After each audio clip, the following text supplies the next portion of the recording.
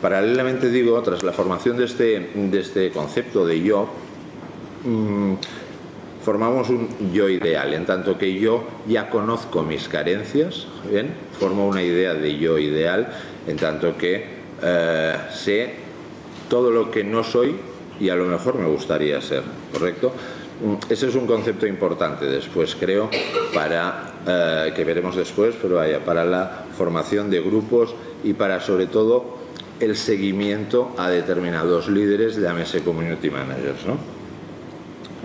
Al igual que todo ello, entonces ya empezamos a darnos cuenta también de que existen otros como yo. Es por ese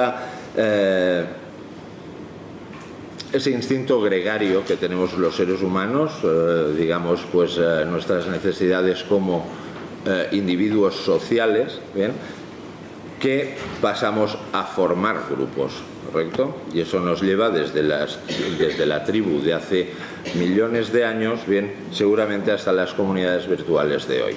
Pero todo esto, repito, es importante que tengamos claro que hay que seguir estudiándolo mucho más, ¿no? ¿Por qué cada grupo es distinto? Bien, cada grupo es distinto por la sencilla razón de que sus componentes son distintos, ¿correcto?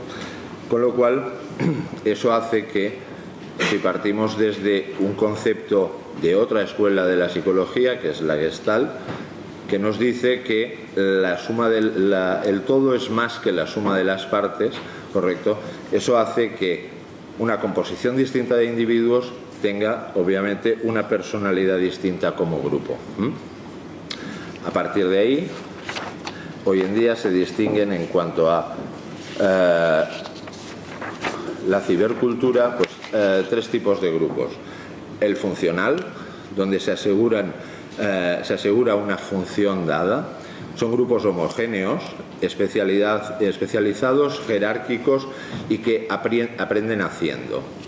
Después encontramos los Community of Practices, que incrementan las habilidades, son homogéneos, acumulan conocimientos sobre un tema dado, generan circulación de sus prácticas.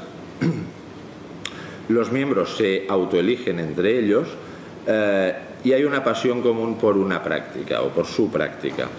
Y finalmente el Epistemic Community, donde se producen conocimientos. Bien, son heterogéneos, construyen un lenguaje, hacen circular ese lenguaje y por tanto el conocimiento está codificado ya en ese nuevo lenguaje. Hay un constante intento de búsqueda e investigación y mantienen un respeto por una autoridad de procedimiento, por unas maneras de hacer. Todo ello nos lleva a cómo funcionan esos grupos y la aparición, digamos, en esta presentación al menos, de los roles. El funcionamiento de los grupos está sujeto al funcionamiento de esos roles. ¿Qué son los roles? En la base del grupo existen unas formas de actuación de los individuos que lo componen. Y esas formas de actuación son los roles, ¿no? De esos roles depende en gran parte el funcionamiento de un grupo. Son modelos organizados de conducta relativos a una cierta posición en el grupo, dentro de una red de interacciones ligadas a las expectativas de cada uno de sus individuos. Este concepto parte de la psicología sistémica, otra manera que ha dado la psicología de enfocar el estudio del ser humano. La psicología sistémica viene a entender que esos grupos son de algún modo vasos comunicantes en los que en función de unas conductas de unas piezas del grupo habrá otras conductas de otros miembros de ese grupo. De ahí que en los roles importantes de esos grupos, bien, haya determinadas figuras ya estandarizadas en el estudio de los mismos. Uno, el portavoz, que es quien denuncia los hechos que ocurren en el grupo. Dos, el líder, que aglutina las atribuciones positivas que el grupo deposita en él. Los gregarios, que son los seguidores del grupo. Un chivo emisario, que es aquel en el que el grupo deposita todos los aspectos negativos, ¿bien? Y un saboteador, que es quien intenta impedir cambios y sabotear la tarea. Por tanto, a partir de ahí, una de las figuras, hemos dicho, es la del líder, y por tanto tenemos una primera cuestión importante, y es entender para los community managers que to lead es dirigir, y dirigir significa no solo llevar a, bien, sino tutelar, fomentar, motivar, cuidar a su grupo, bien, entre otras muchas cosas. Eso nos lleva también a que hay una serie de estilos de liderazgo, bien, que son el autocrático, el laissez-faire o dejar hacer, bien, y el democrático. Algunas características pues podrían ser que el autocrático, como probablemente sepáis ya, pues bueno, el líder es autodidacta, es autoritario y está basado en el castigo. El laissez-faire deja hacer, se evade y da libertad de ejecución al grupo. Normalmente son grupos de escaso éxito. Y el democrático, que implica un carácter del líder participativo, consultivo, solidario y que confía en sus miembros.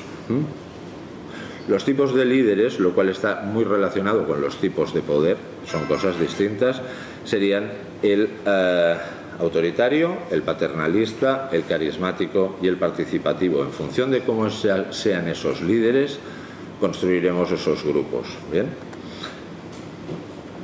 Entonces, dentro de todo ello, el community manager se deberá fijar unos objetivos, como son crear clima o generar clima, facilitar la comunicación, generar tráfico, dar imagen de credibilidad, clarificar contenidos, organizar la información, generar reputación. Y sus cualidades deberán ser la comunicación, el liderazgo, el positivismo, la observación, la creatividad, la perseverancia, la mediación para la resolución de conflictos y siempre todo ello gobernado desde una ética profesional. Así pues, y ya acabando, decir que las funciones de la comunicación pues serán informativa, de motivación, de cooperación, de control y afectiva valorativa. Todo ello nos llevará a poder algún día ser community managers de unos grupos muy heterogéneos, ¿bien? Lo cual quiere decir que si pudieseis rebobinar un poco a esta humilde ponencia de hoy, bien, os tendríais que dar cuenta que las comunidades virtuales al final son personas. Gracias.